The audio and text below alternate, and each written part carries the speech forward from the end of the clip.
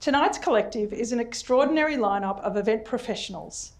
3 leaders who have continued to produce events, achieve objectives, and connect their communities throughout the past 14 months. 3 individuals who will share with us today their insights, innovations, and plans for the future in an effort to help you continue to deliver for your communities. So please join me in welcoming. We have Helen Hicks on the end here closest to me. Helen is the PA to the Dean of Faith at Ambrose Treacy College and Ambrose Treacy College Foundation. A parent at Ambrose Treacy College, Helen supports not only administrative and functional events at the college, but is involved in the fundraising events that support bursaries and access, as well as whole of school events such as graduations, awards, sports days, and more. I hope I got that right. Helen and I are working together on the ATC Long Lunch, one that she has independently produced for several years by herself. Next in line we have Melissa Gooderham. With a long history in community event delivery for 8 years, Melissa has been the manager event delivery for Moreton Bay Regional Industry and Tourism, previously an event coordinator for an independent organiser, as well as Brisbane marketing. Melissa continued to deliver events such as the Jetty to Jetty in the middle of COVID to great success. I met Melissa when she spoke at an event for Logan City Council that we both spoke at a little while ago called Reigniting Events. If you haven't seen that, there's some great events too. You can look up Logan City Council's website and just Google Reigniting Events. And finally, we have Simone Garske.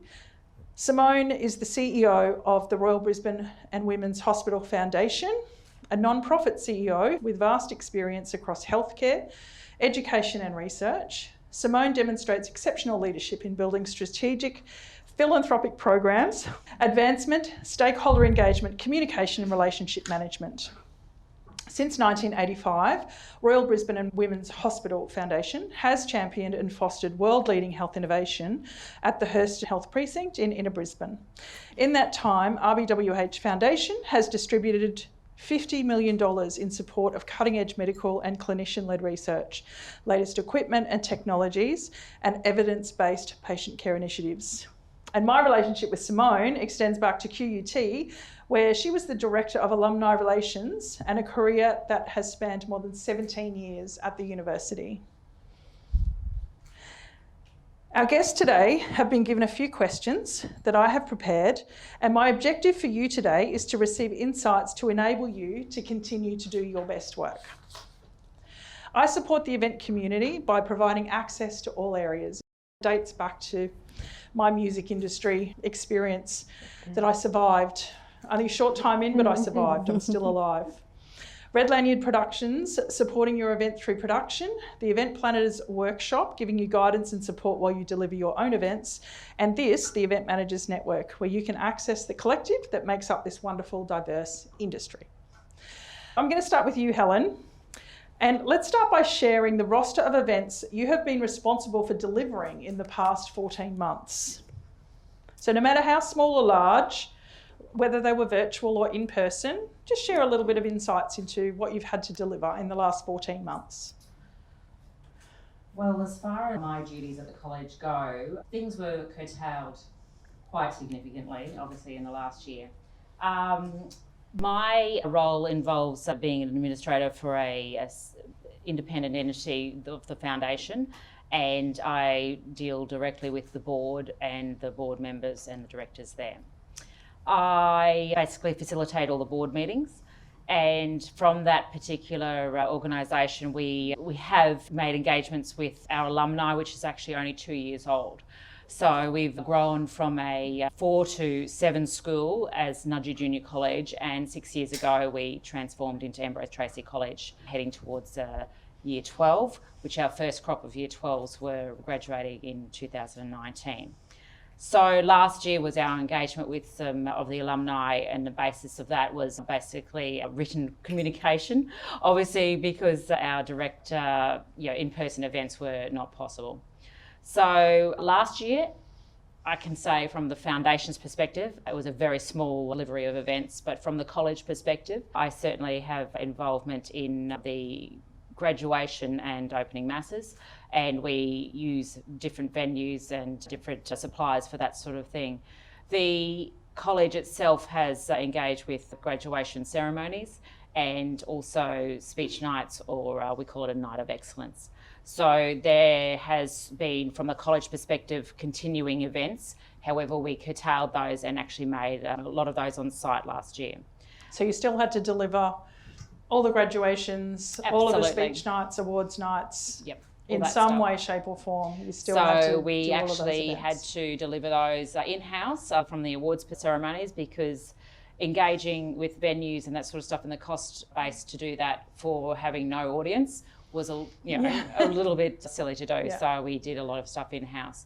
All right, well, we'll get to some challenges in a second. Melissa, would you like to share what you have been delivering over the last 14 months? Certainly. So, sorry, is this on? Can you hear me? Yes? Can everyone hear you that? hear me? It feels a bit quiet. Yeah, okay. Okay. Too easy. So I'll just give you a little bit of background. So Moreton Bay Region Industry and Tourism, some of you may know the organisation, but we're pretty much the destination management organisation for the Moreton Bay Regional Council. So we are not council ourselves, and we just work under a service level agreement with those guys. So they pretty much outsource their tourism activities to us, such as events at the destination platforms like Visit Moreton Bay Region and the Instagram account and bits and pieces like that, and the visit information centres. So I look after the events team at MBRIT. And sorry, that's what we call it for short. So you just hear me reference MBRIT. So I look after the events team. We probably deliver a calendar of about 30 events a year. Anything from business event series. So we just had a business luncheon with Ida Buttrose as our guest speaker, through to fun runs. So we run the Jetty to Jetty fun run, through to large scale community events such as the Redcliffe Kite Fest, which attracts probably 30 to 40,000 people over 2 days, through to our smaller community events such as Christmas carols, Australia Day events, etc. So that's kind of the calendar, and definitely, as Helen alluded to as well, last year, big spanner in the works event wise. We delivered normally up until March, and then obviously everything came to a grinding halt. We ourselves were lucky enough to be kind of redeployed into marketing and other throughout the organisation, and then we picked back up again in October, and then that was the new norm. So we delivered about five events at the end of last year under the new COVID safe protocols and guidelines. And October was quite an early time to start to deliver events. And our first event, which we're not afraid of a big challenge, was the Jetty to Jetty Fun Run, which had about 4,000 competitors compete. And we were the first large fun run in South East Queensland to be delivered since COVID. So we took it really seriously, but we were really passionate about getting events up and running. So that's kind of, and then since that point in October, we've pretty much just rolled for our normal calendar of events. Obviously with a few curveballs, with a couple of little lockdowns and the like, but just in that new format with COVID safe protocols in place. And I'd like to say that October, I believe, is still in COVID. Yes. That was still a massive feat, I think. There was still lots of fear and unknown around that period of time for sure. Simone, would you like to share what you've been doing for the last 14 months? I know it's been pretty innovative. Oh, are you on? Is that on? No. Is that on? No. All right. And I have got my glasses on. Should I swap with you? Yeah, do you want to maybe Switched on. Sorry, everyone. Just a little technical problem. That would never happen at any of your events, right? Okay, It is on. there we go. Thank you. Thanks, Michaela. I must just. What am I doing wrong? Operator error. He likes you more than me. Yeah. Try talking. Yeah. It is on. Yeah. All right, we'll give it our best shot and we'll see how we go. Speak a little bit louder. So if we could just backtrack a little bit, because I think it's really important to know people's context. I had the good fortune to become the CEO of the Royal Brisbane and Women's Hospital Foundation in December 2018. So I had a good year, if you like, in 2019 to get a sense of the organisation, get a sense of the strategies, particularly around fundraising and engagement, and also our event schedule. And as many of you good folk from Brisbane may know, we run an annual signature event called the Butterfly Ball, which has been running for more than 25 years, which is predominantly supports our women and newborn service research at the hospital. So I had a good entree into experiencing things for the first time, if you like, in 2019. And then, of course, March 2020 came, and all of those plans, like all of you, were out the window. So the last 14 months has been an opportunity for us to really reset and think about things a little bit differently. And I think that's the gift that COVID has brought all of us. and it may mean that things are not the way that they were before. So for us as an organisation, we've determined that we would probably, on a normal year, with our own events and our third-party fundraising events that other organisations will work with us on, we would probably run on average 1 to 2 per month, with some big signature events as highlights. And moving forward, given the pause and the reset that we've had, we are now planning for the new financial year, which will start on 1 July, and we're really recasting and thinking very carefully about quality over quantity. And I guess that's kind of no surprise to many of you. And we're really determining in our event schedule and our fundraising schedule moving forward, really being clear about what our goals, our purpose and our objectives are. And I think that's the other gift that COVID gave us, is a little bit about that reset, that more is not necessarily better. It's about quality, connection and engagement. And so that's where we've been focusing our energies, and I'll have a couple of other stories to share as we move further down the agenda. Thank you, Simone. Thank you, everybody. So I don't know about you guys, I'm guessing that you're all the same, but you know, one of the biggest jobs that we have is convincing people to do what we want them to do. As creative people, we have really great ideas that we want to launch, but often we are supervised by or answer to people who are a lot more conservative than ourselves or a bit more risk averse than ourselves. So I'd love to hear from you all, and I'll start from Melissa this time to give you a break from the start. I'd love to hear from you. What was the hardest challenge you faced convincing your stakeholders to move forward with your objective, and how you overcame that? So the things that you wanted to produce that your supervisors, seniors, stakeholders were dead against. Sure. So we were probably really fortunate in terms of our arrangement with the council, Moreton Bay Regional Council. They were really, really supportive of us moving forward and running events. So once it was, Queensland was doing really well in the COVID space, and we certainly weren't looking to run any events in May, June, July, March, etc. But once Queensland was doing really well, they were very, very motivated to get events back up and running, and they felt like it was very important to our region for that to occur. So we didn't have too much resistance in that type of space, which was good, because I work with a lot of people who did have that resistance. People were scared, the fear factor was huge, and so probably the biggest challenge for us was to overcome whilst our community was very supportive as well in terms of running the events, where I know there were other communities that weren't as much, they were crying out for events, like, we want to do this event. So, but we still had people that were, nervous, and it was all new, and COVID safe event, what does that mean, and am I going to be safe? So I think the biggest challenge was just making sure that the patron experience felt that they felt safe, and they felt like we could put on an event where they could come and be safe at that event. And that was a huge communication strategy through us, because through COVID, we kind of took apart the COVID safe framework once that was released, which I'm sure some of you are familiar with, in terms of running a COVID safe event. And we spent a week in a room. We pulled the whole thing apart, because we knew that we had to show confidence to our suppliers and contractors, our volunteers, our staff, and the patrons, to determine if we were even comfortable to run the event. So I think that was probably the biggest thing, was everyone that was on the journey with us, to make sure that we were confident in what we were doing. And let's be honest, no one was really confident last year. We didn't know what we were doing in terms of having to look at a COVID safe event and retrain your brain. I used to tell my guys, we've got two hats. We've got our event hat and we've got our COVID hat. So what might be great with an event hat on, like a bustling event with atmosphere and ambience and people are together, is terrible for COVID. So, in COVID, I used to talk to them, it's like the wild, wild west. We want a tumbleweed going through all these people. So we're expanding our event, spaces, we're changing layouts, these are the things we're doing. So, and that was all of the scope to try and convince our key stakeholders and our suppliers and everyone and our vendors that they felt safe and they could see that we had worked towards a COVID safe event, because we were one of the first ones out of the gate. So great. And you talk about vendors and suppliers. I'm guessing they were nervous that they would get paid, would not get cancelled at the last minute, even though they'd have to invest. I mean, we've all seen the Blues Fest horrendous story. So convincing, I know for me, that's one of the challenges is convincing people that they will be supported. So putting different terms and conditions in with things, so they know that if something changes, they will be supported, that, we can't just keep it as once was. Yeah. Definitely. Simone?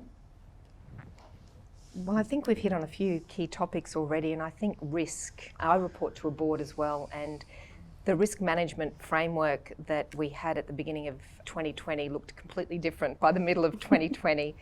And for us, in running any of the usual activities and events that we would run, they were just not going to fly.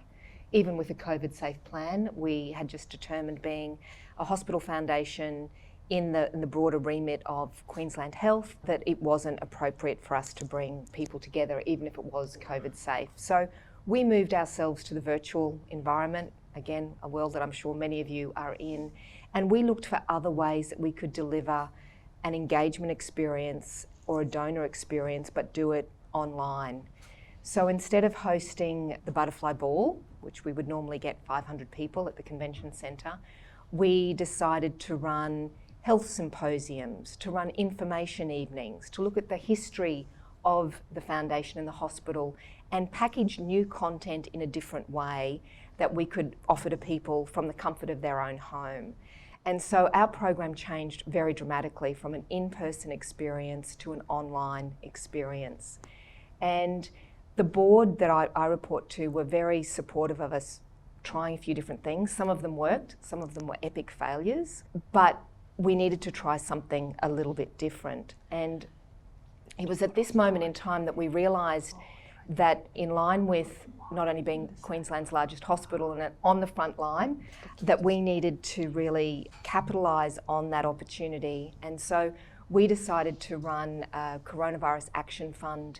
And if we're talking about board and confidence, within 3 days, we had 12 members of our board sign off for us to undertake, again, a completely digital online fundraising campaign with very little usual checks and balances and budget, which is what COVID gave us permission to do. And in the next 3 months, we raised more money than the organisation had raised in its 35-year history. So my message to you is be bold and take some risks. Yeah. If we hadn't done that, have probably had a moderately successful year, but we took a leap of faith and it ended up being very successful for us. And just to give you some some idea of quantum from a fundraising perspective, we went from having about 500 donors to the foundation to having 6,500 donors, and we have donors from all around the world now. We put Brisbane and the RBWH on the map because of this virtual campaign, which was a mixture of communications and all of those other things that we might do, but it was our social media platform that really catapulted us to a whole other level. So moving forward for my organisation, it's now how do we keep the learnings of what we had to do in a different time and place and blend them into post-COVID or a living with COVID world, which is, I think, the world that we're all currently in. And I think that's the next great challenge that we all have in front of us. Right. And I think the key thing I heard across all three of you there is confidence. Move forward with confidence. If you've got confidence in your idea, if you think you can pull off what it is that you want to do, when you share that with those people that you're asking permission or support from to do that, they trust you. They trust you. You've been delivering for them for a long time. So if you step forward and say, well, I think this will work, then ideally they'll support you as well. That's great. Thanks. Wonderful insights there. So Helen, I'll come back to starting with you again. Yeah. Can you share one incredible moment from an event in the past 14 months that has helped you stay motivated to continue to push for in-person events? Well, if I revisit our long lunch, that was 2 years ago now, if I may, rather than 14 months, but the propensity to draw community in again has actually given me a lot of, I think, drive. We've had that loss of connection, which we were gaining traction with. We had 2 previous events. We've had that loss and basically put a stopgap in our face-to-face. So we're having to find other ways and deal with powers that be above our own principle. We have Ed and Rice Education Australia and also the QCEC basically determining how we operate as far as COVID restrictions go. But I've certainly been enthused by my experiences with the Long Lunch, which is a community drawing event. But people do want to give in a lot of ways, and from a school's perspective, volunteering is a beast to manage when you can't be face to face. So we've been slowly but determinedly putting plans in place to get people back on the ground at the college. There is a lot of, I think, feel-good factor with what we do. We're providing education for those that are less fortunate. Like a lot of other foundations and not-for-profits, it's certainly the feel-good factor that we trade on. But our experiences as a college and giving this opportunity of education is really what these parents in large are wanting for their own son. So they then are quite happy to give their time and hopefully money most of the time to the cause. So the actual thing that I drive, that's driving me, is actually that getting community back on the ground and getting involved again with them. So, me too. Great, thank you. Simone, can you just check your microphone? Hello. No, it's not working. Michaela, could you come and check the microphone again? I'll go to you, Melissa. Yeah, sure. If you would like to share what's driving you to keep doing in-person events. And I know we're doing virtual events as well, but my gig is in person, so I'm going to ask that question about in-person events. Definitely. I think, our whole role at MBRIT, running these community events and festivals, is to, promote the community, to create community pride, to bring people together. So face-to-face for us was so integral, and that's why we were so keen to get back on board so early on in the piece. And I think, my answer's a little bit fluffy, but just due to the scope of works that we deliver. But, there's really something to be said, and we didn't kind of realise until it was taken away from us that, just the value of just all getting together in a big group of people. And, even at the Christmas carols events, we had a heavily modified product, but at the end of the day, seeing all the families sitting in their little grids, everyone had a little square, and we changed the event quite a bit, but seeing the families out and about and the amount of positive feedback just from people saying, oh my God, it's so good to get back out and see live music and to see an event. Like, you just can't explain how important that was. And that's a really big motivator for us to keep that community cohesion. And I think Helen touched on it. It's bringing the community together. It's keeping that cohesion. It's, people that might be at home alone, or they're coming to our events, they're coming out and they're connecting with people. So we find that really important. But just a little side story on that. So Jetty to Jetty Fun Run was the first event that we ran after COVID, and because a lot of other large fun runs, so we sit right in between Gold Coast and Sunshine Coast marathons, a lot of people might skip ours and we're a lot smaller, but might do those too.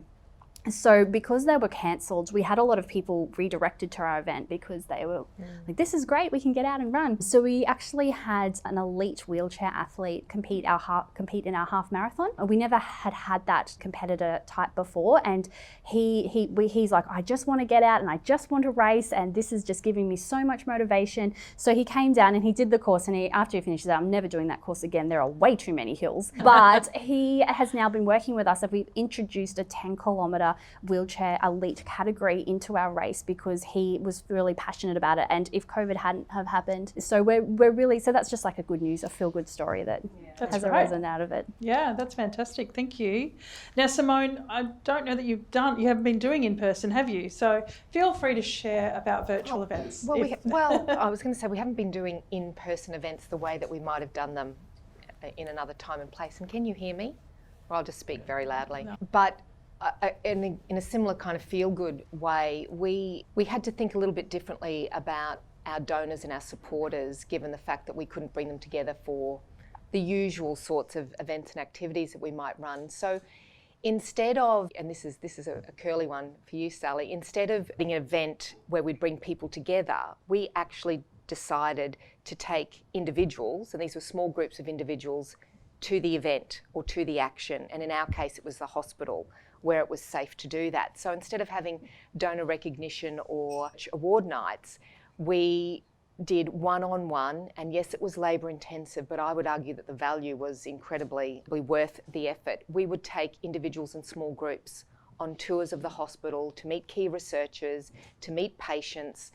And for me, back to the point that you asked about the motivating factor, the work that we do is all about people, isn't it? I mean, that's why we all exist. And it was probably the most rewarding time in my 20 odd years professional career being involved in fundraising, to actually have that personalised one-on-one small group experience with the donors that we had to the foundation. So for me, moving forward, now that we've done that, how do we not lose that when it would be quite easy to turn that all on its head and just have one big event and invite 500 people? What's the balance, and how do we actually keep the very bespoke, personalised donor experience with the big celebration and the big gala as we well, they double their donation. That's simple. Yeah, so pay twice as much, and you get the one-on-one bespoke experience. Yeah, so we're thinking about how it all kind of what the new world order looks like, given those experiences that we've had. Yeah, great. So you're doing mini events. So you're still doing them in person. We're still doing events, but they're just about one person or a family rather than it being about 50 or 60 people. It's smaller numbers. And look, someone asked me not so long ago, should they go back to in-person events? They were like, well, people aren't registering, people aren't coming, there's so much worry about whether the event will be cancelled, etc., and they're not seeing the value. How can I share with them the value of coming to an in-person event versus a virtual event?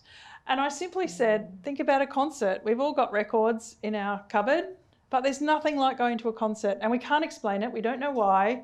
But there is something phenomenal about being in a concert theatre with 10,000 other fans of the same thing that you're a fan of, the same person. So if someone's asking you, why should we go from virtual back to in-person, then that would be my argument. We don't know, but we just know that it works. We know people want it. I agree completely, Sally, and I think that's actually the value then about getting that face-to-face in-person connection. I think that's going to be at a premium over the virtual moving forward. Yeah, exactly.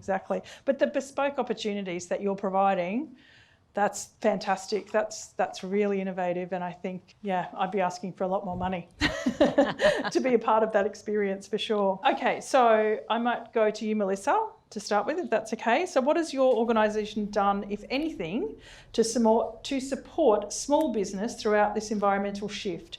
So any insights on how you might have changed procurement policies? I know lots of councils have made a lot of changes in, how they pay people, how they pay organisations, how quickly, and what sort of companies they engage in. So has your organisation, if any, feel free to say none, that's okay. We won't judge anyone who hasn't done anything, but being Queensland Small Business Month, I have to ask the small business question, of course.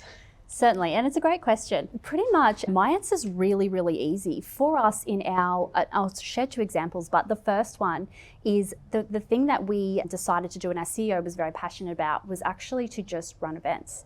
So for us, we had, when COVID happened, we contacted all of our key suppliers, all of our key vendors, market stalls, food trucks, everyone that we come in contact with, our community groups that we work with, to just touch base, say hi. Obviously, COVID has happened. We don't know what the path forward looks like, but we're going to try and get back on track as soon as we can. And we touch base with them once a month. So that was something we did during our, the big shift when we weren't delivering events, to make sure that everyone was okay. And we had some suppliers that were local suppliers that were literally like, I don't know if I'm going to have a business next month. So it was really scary for a lot of them. And we just said, we will try whatever we can to get back out there safely, and that just goes without saying. But if we can start running events, because we know if we start running events, then other people in our region will start running events, and that confidence breeds confidence, and then your business will start to pick up again. So that was the biggest mandate that we kind of decided as an organisation, that if we could get up and start running events, our suppliers and our vendors and everyone would just be, hopefully back on track. And they were pivoting and they were doing lots of crazy things during the time. Some of our music suppliers, they were moving people's warehouses. They pretty much said, we'll rent our trucks out to anyone that wants to move. So they were all pivoting, and we were trying to support them as much as we could. But our organisation also ran a huge buy local campaign. So that was really about, and it was We Are Moreton Bay Tough, and it was all about supporting local business. So that's a marketing project that we had worked on alongside during COVID. But the biggest thing that we did was just, run events, and we always try and support our local guys in the region as much as possible, and vendors especially. So Thank you. That's okay. Simone. Borrow your microphone. Oh, sorry. Oh, thank you. Thank Sorry, you. I should have wiped that microphone. In a similar vein, oh yes, we're being very COVID safe. We've been sitting together, it's all right. I think what you've talked about is about, keeping in touch with people and letting them know that even if there wasn't work for them next week, that they were on your list and you were thinking of them. And I think a lot of us spent a lot of time actually just telling people that while we couldn't do something next week or next month, when we could, they'd be the first that we'd call. Yeah. And I think that, for me, particularly being in the not-for-profit world, was actually a really nice place to be, that we did actually feel not completely isolated. So we did a bit of that with our usual suppliers. For us, again, very interestingly, we probably had a tale of two cities. We had organisations that were suffering in COVID, and we had a number of other partners who did exceptionally well. And what I was completely blown away by was the gestures of support that we got, be it in-kind computer equipment, be it because we had to all work remotely. We had more food than we knew what to do with, and that's particularly because we had frontline health workers, and we did an initiative that was called Feed the Frontline, which some of you might know. So it wasn't our idea, it was another entrepreneurial woman who knew that the hospitality business in Brisbane particularly was suffering. And so she ran a fundraising GoFundMe page. She got people who gave all of this money, and then she then converted them into food vouchers, which we then distributed at the hospital to our frontline staff, who could then go and get a really nice meal at Echo and all of these beautiful restaurants. And I think that was probably one of the most, wonderful experiences that I had in sort of hitting many buttons along the way. You were supporting, the healthcare workers, but you were also driving a business and an income for the local hospitality businesses as well. So that's something that, I'd like to see how that could be replicated and continued moving forward. And then the other thing that I really witnessed was, again, some of our long-term suppliers, again, probably because we were in COVID, who were, in a sense, redefining their own business and what their opportunities were, and many of them were moving online, were calling us saying, we might be doing it tough, but we're still trying, but we want to help you. And I don't know, again, I know I'm in healthcare fundraising, but I've never experienced anything quite like that in my life. It was so humbling and such a privilege to be there. We had a small group from up north who were, like many places, were doing hand sanitizer, and $5 from every $7 sanitizer that they then sold at their local market came to the foundation to support COVID research. Now that to me was extraordinary. They were taking $2 from another product. So, that they were the sorts of things that kept getting me out of bed in the morning, because while people were in a difficult spot, they wanted to help others. Yeah. And I think that really speaks very strongly of the spirit that we have here, and why hopefully, if not now, in the future, everyone will be back on their feet and running at full strength. Yeah, excellent. Thank you. So, to give the suppliers in the room, the people in the room who rely on this industry so much, a bit of hope, I guess, for the future, can you share how many events you do have on your roster for the next 2 years or so? It doesn't have to be 2 years. And are they vastly different from the ones you've done in the past sort of 14 months? So again, just helping us, I guess, as suppliers in the room, understand what the market's looking like in the future, how busy we might be going to be, how not so busy. I mean, I know, Melissa, you're talking, I know you're not council, but you're under council. And I think, bless you, I think councils have been the biggest supporter of events that I have seen. A lot of the gigs I've got are with councils, and councils all around Queensland are taking the risk. They're putting community events on, which is really exciting. And look, they may get pulled at the last minute, as some are, but I think it's pretty exciting to see councils being at the forefront of that and being the first ones to stand up and have a go. So let's start with you, Simone. I know you just finished, or maybe I should start with Helen because you're having a sneezing. Helen, you go first. Yeah, Helen, you go first. Try and get my hay fever under control. Well, I'm very excited to say that later this year we'll be putting the long lunch on again with Sally's guidance. So we'll have hopefully towards 500 people on one of our ovals and enjoying music, an afternoon of fundraising. And we have a bit of a coined phrase at the college, which was fundraising, that literally was an objective of the PNF, probably born about 8 years ago. So that was our primary objective from the college point of view, that they would actually use that as an anchor. And as a byproduct, our fundraising would become a success if we had we're able to provide a successful event for them. So our stakeholders, being our parents primarily, are invested already because they have, they're sending their son to our college. But there is obviously a portion of our parents that are provided bursaries for their sons to attend. So those parents are often the ones we would like to say that are grateful and provide us in, I think, support in kind for our events.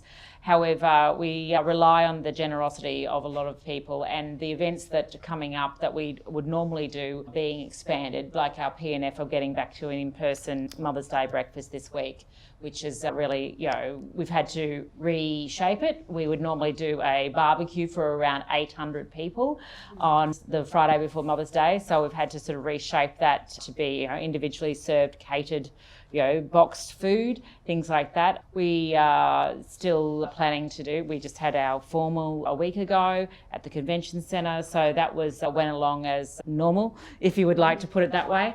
So we're still going forward with our normal sway of events, Night of Excellence, our graduations, that sort of stuff will be as per normal, we hope, and as per the expectation of parents is really what we come across. We're up against that expectation that in a school environment, parents expect that their sons, in our case, will be able to attend their son's graduation at the college, and then followed with a dinner that night. So last year we had to amend that, and we did parents in one hall and the college student community in another, whilst the final assembly was on. We were enabled the parents to gather in the central roundabout area where our oldest building is, and the parents of the Year 12 cohort gathered there with their sons and did the last ritual at the college, and then we went off and had at a separate venue. So we had to adapt, but this year we hope to go forward using some of those rituals that we've established this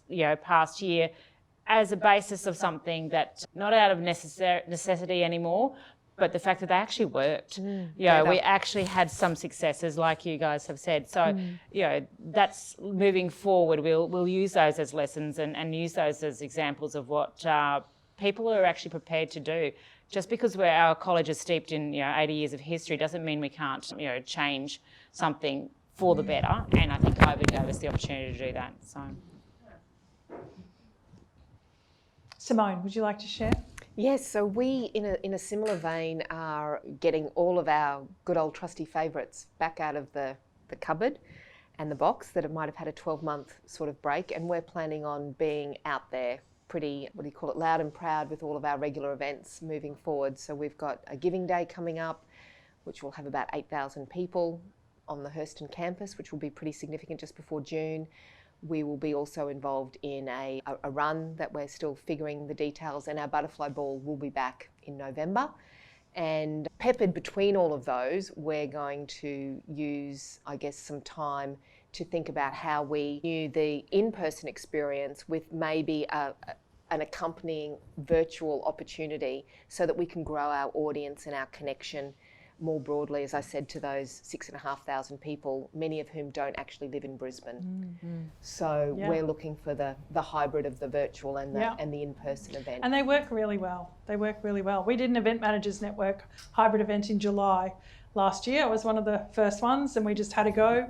Queensland live streaming were excellent. They supported us to live stream the event. And I think, what did we have in the room, guys? We had 120 odd people, I think. And we just had a go to see. And I think it went really well. You guys came. Did you think it went really well? Yeah. So I think, and people want that. Like, there was people that wanted tonight to be live streamed. But I didn't have the budget for it this time around. But there was people who contacted me who wanted tonight to be live streamed. And I think from a cost perspective, as we're all more frugal with our training budgets and everything else, I think there's a place for maybe the less expensive, more affordable version of delivering content and an experience in an environment. I was going to just share with you one of the, I think, I found it very interesting. The Fundraising Institute of Australia had their conference online, but they had in every capital city, the people in Sydney, Melbourne, etc., meeting in the equivalent of a space like this, having the collegiate experience, networking, having their lunches and all of those things together, but all of the other content was streamed and they could deliver that at a price point that was far less than the national conference would normally be if it was in Sydney, Melbourne or Brisbane. And I think there's something to that moving forward, that as organisations need to be mindful of their costs, and as we don't necessarily want to all get on an aeroplane next week and go to Sydney for a conference, there is going to be a little bit more of that sort of, that hybrid experience where you can have an in-person, collegial experience, as I said, have the networking, but the meat and the content of the conference might be delivered online, either in a small group setting or completely in your own time. Yeah. And I'm really interested to see how that plays out. Yeah, good. I look forward to seeing it. Melissa. Yes.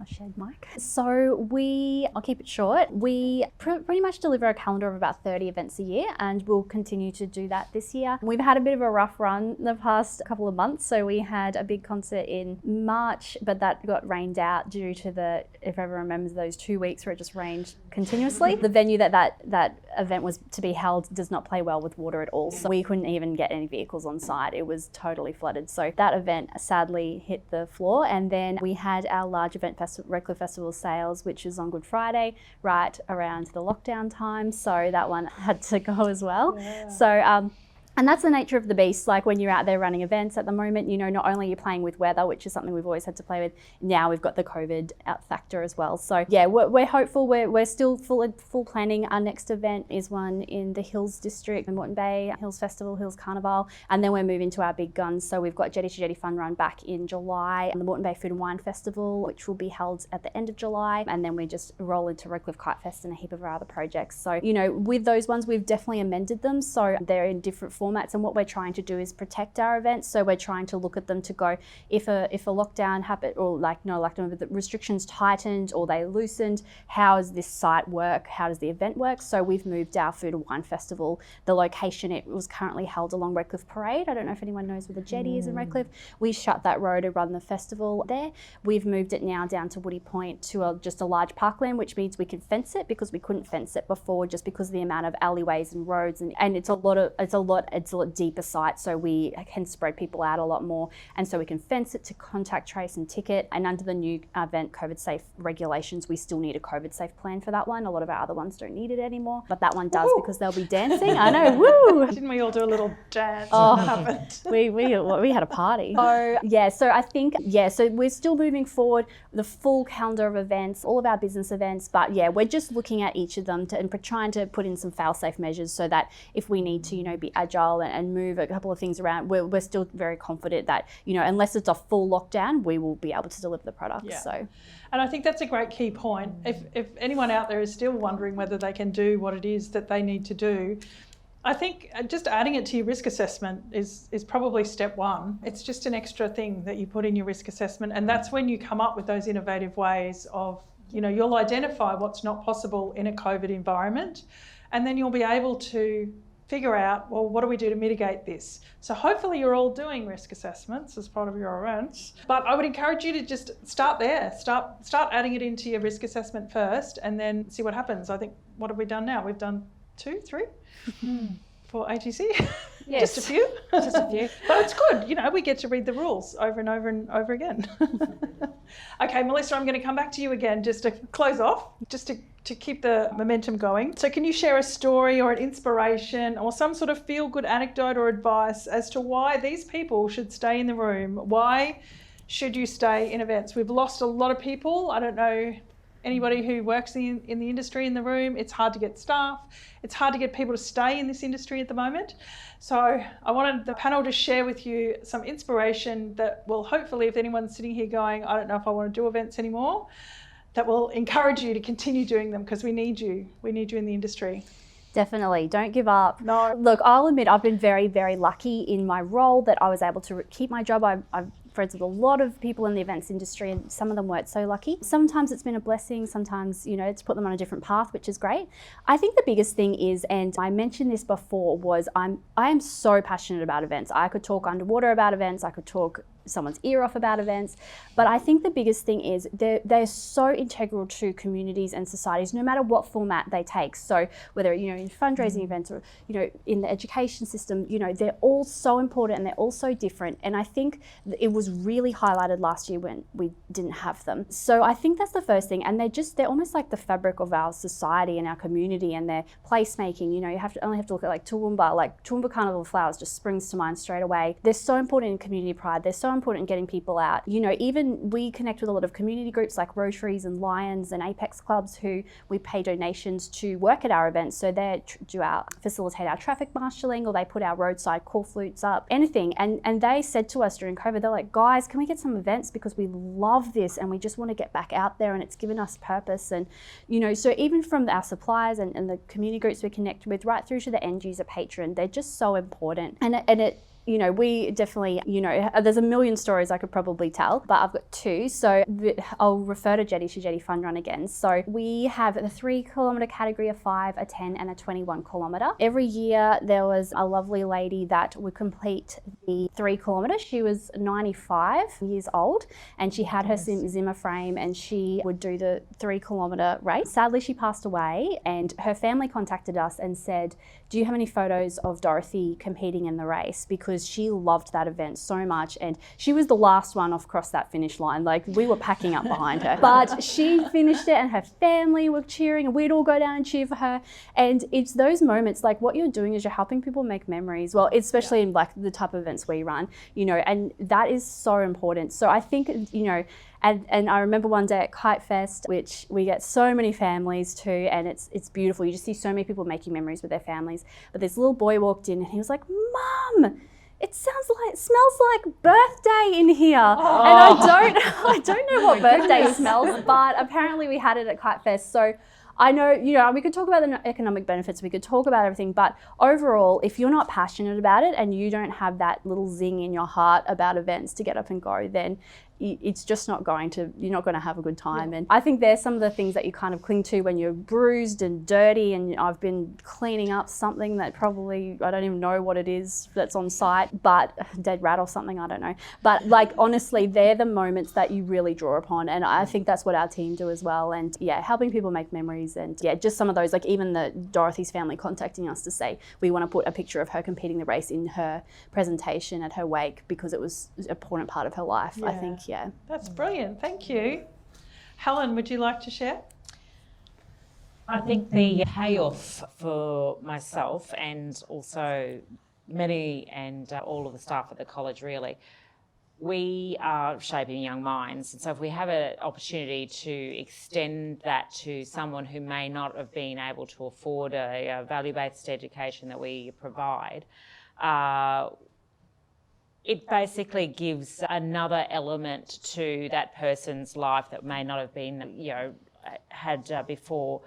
We've had a couple of, graduates stand out in different things in the last couple of years, but we have an Aboriginal and Torres Strait Islander young fellow who graduated last year, and, he has left school, he has a contract with the Broncos. He's now got a job with as a rugby league coordinator at another school. So we actually he's come back several times this year to actually still reconnect. And that's what we look at. We look at that connection that we have with our students, and they have a sense of gratefulness that you don't see in a lot of society today. And these kids can express it. These kids can actually say to us, thank you. And so not that we do it for the thanks, but we actually can see their gratitude. And when they go out and just make, successful lives after leaving school. So we've only had the 2 graduating year 12 classes so far, but that has a payoff that, we're all sort of a currency that we all draw on all the time. Yeah, so, love it. Thank you, Simone. Well, I think it's all You'd been have said. Plenty. Well, no, I was going to say, I think it's all been said so eloquently. I think it's all about people and purpose, and whatever we do, it's not actually about what we're maybe on a balance sheet trying to achieve. It's actually how you make people feel. And I think people in the event industry, which you're all in, it's actually about creating experiences that connect people to another purpose or to each other. And I would just encourage you to continue to do what you do. And I'm assuming that you do it because you love to do it. And if you continue to enjoy and love what you do, then you'll be passionate about it, and you'll be creative in about thinking about, I guess, the essence of what the objective is that you're trying to achieve. So that'd be my kind of parting words. Thanks. And I think that's what's really important.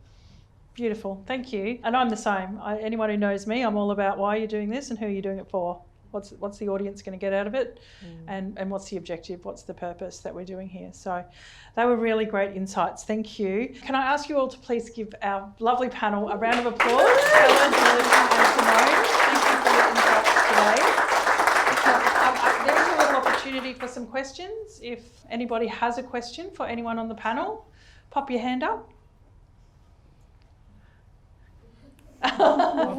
Yes, Don, thank you. I know hindsight 2020, but looking back to last year when you guys were going through the biggest challenges and being in totally different sectors and everything, did you think about just yourself, your own organization, or did you share how quickly did the good ideas go out to other organizations? Oh. Is that clear enough? Or? Yeah, no. I think so. Yep, go ahead. I'll kick off. So because I probably had a phone call a week from people that had known that we were starting to run events, especially fun runs. So I had a call like Mackay Marina fun run, and people started going, oh, MBRIT are running these events, and then we would share around. And we wouldn't do people's COVID safe event plans for them, because I feel it's important for the event coordinator to have a go at completing that, because unless you're actually completing it yourself, how are you actually making sure that you're going to be able to deliver all those elements? Risk assessment. Like, I will not do them. No. I'll show you what the form looks like, and I'll give you the formula, and I'll show you the coloured boxes, but you have to do it.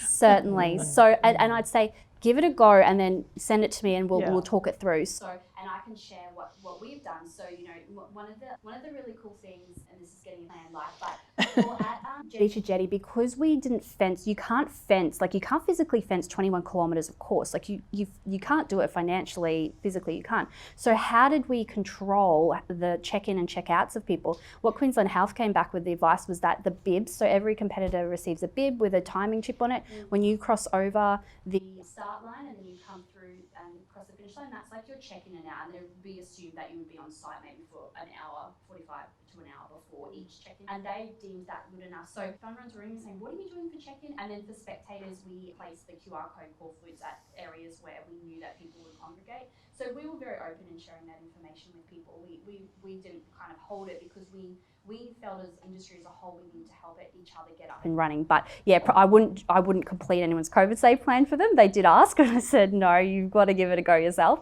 But we certainly people would ring and say, what were you doing for this? And I was lucky enough to sit on, I don't know if anyone here was in that, but there was a South East Queensland Councils network that I sat in on. So that was pretty much all the council event departments from, Gold Coast, Sunshine Coast, Toowoomba, Logan, Ipswich, Scenic Rim, Lockyer Valley, and we all sat in there when COVID happened. It was an initiative Redland City Council actually, and it was a fantastic initiative. And we all got in there and went, well, shit. And so we all just chatted, and that's where we had some great shared learnings as well, and certainly that's how a lot of knowledge was shared. Did anyone else want to contribute to that answer? No? Cool. Any other questions? No? You've all been enlightened? That's excellent. Well, thank you again. I really appreciate you coming along and doing this for me, because I know I'm the one that asked you to do it. And I hope it was useful to all of you. You know my passion about this network, about this industry. So I really hope that you found some new people to learn from. You found some new people to meet as well, and you'll continue to event. So that is my thank you. I would also like to thank some committee members that helped me work on this, the Event Managers Network, only one of whom, or two of whom, are in the room today. So Colleen, thank you for your assistance over time in relation to helping me do the Event Managers Network. Chris from Australian Catering Services, and Treacy from the Gallipoli Foundation, who's also not here tonight, unfortunately. And I'd like us to give a big round of applause to Tanya. Tanya essentially put this event together. So this is one of her first events that she's done herself, and she's been exceptional in these last couple of weeks. So thank you, Tanya, you've been amazing.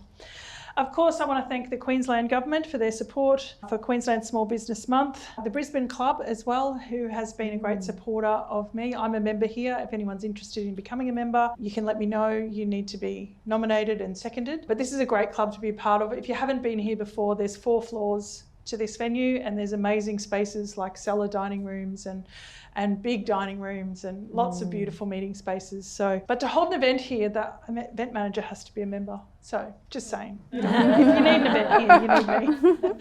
Once again, please thank our speakers for being here, and thank you for being here. And that's just a little final slide. If you want to learn about event planning, that's one of the things I'm passionate about. There's a free guide online, how to design the perfect event. I give that part of it away. There's a website there you can jump on and download the design part for free. There's more drinks, so head to the bar, still complimentary. Head to the bar, grab some drinks. There's more hot food coming out as well. So hopefully you'll stick around and continue to talk. Thank you all very much. Thanks.